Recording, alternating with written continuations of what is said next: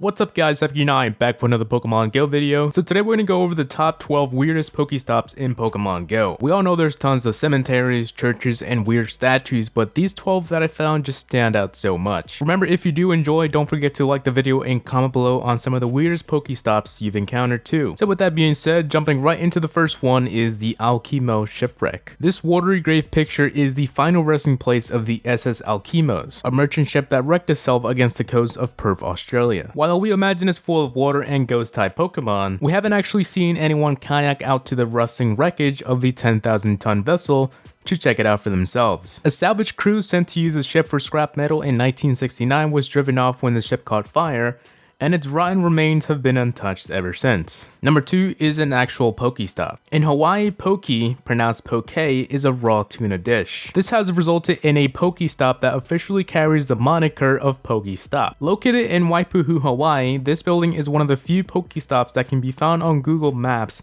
by actually searching for a literal Pokestop. We have to imagine that it's a popular location for trainers, most of whom may not actually know what a poke is, though they're certainly more likely to discover the fish-based dish now. Number 3 is Walter White's house. One has to feel bad for the owners of this residence. They constantly get Breaking Bad fans throwing pizza onto their roof, and now their yard is being besieged by Pokemon Go trainers who may not be aware that they're stepping onto private property. The residence of the infamous Walter White, the main character from Breaking Bad, is a house which has borne witness to plenty of drama. It'll be difficult for the owners to tell the difference between film fans and Pokemon trainers, but in either event they'll probably ask you to get off their lawn. Given how much these people have already gone through, I would probably recommend you to not go to this Pokestop and just avoid it entirely, or at least attempt to catch their Pokemon at the maximum allowable distance. Number 4 is Harry Houdini's tomb. There's just something weird about an app asking players to investigate a tomb, but that's exactly what Pokemon Go asks of many New York-based trainers.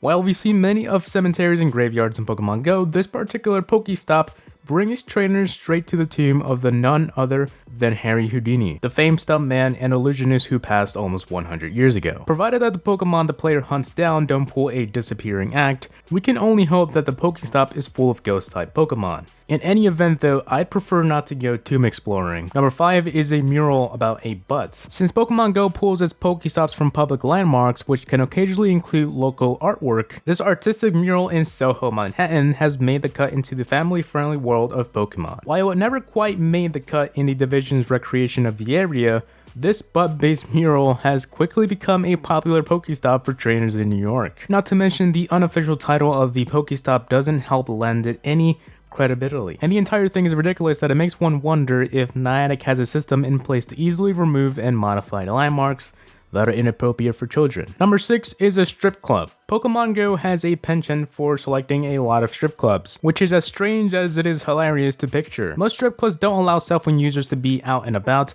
taking photographs, so I'm assuming a lot of trainers were already shut down. In any event, it's the perfect example of how an all-age game combined with a automatic geographic location system can garner some strange results, which is food for thought for parents whose kids are happily exploring Pokestops. Gamers should already be aware of the dangers going to these locations and lures, so one should expect that not every Pokestop is going to be a safe place for everyone or provide an age-appropriate experience for younger fans. Number 7 is the Pentagon. As one clever DC-based Pokemon Go player pointed out on Reddit, the famously secretive home to the Department of Defense is also a home of a gym, or a Pokestop where you battle the Pokemon you've collected. However, it's probably one of the most hardest ones to access. Touring the Pentagon is an ordeal that has to be booked at least 2 weeks in advance, and unfortunately, you're not even allowed to use a cell phone in there, so yeah. Number 8, Auschwitz Memorial. Much like the officials at the US Holocaust Memorial Museum in Washington, D.C., those in charge of the Auschwitz Memorial in Poland, the preserved site of one of the most brutal concentration camps employed during World War II, where over 1 million Jews and other victims of Nazis lost their lives, have kindly asked that tourists refrain from catching Pokemon while on the grounds. It's not the first time that people have inappropriately used social media apps at the memorial, but perhaps we can all set a very low bar and show that we all have respect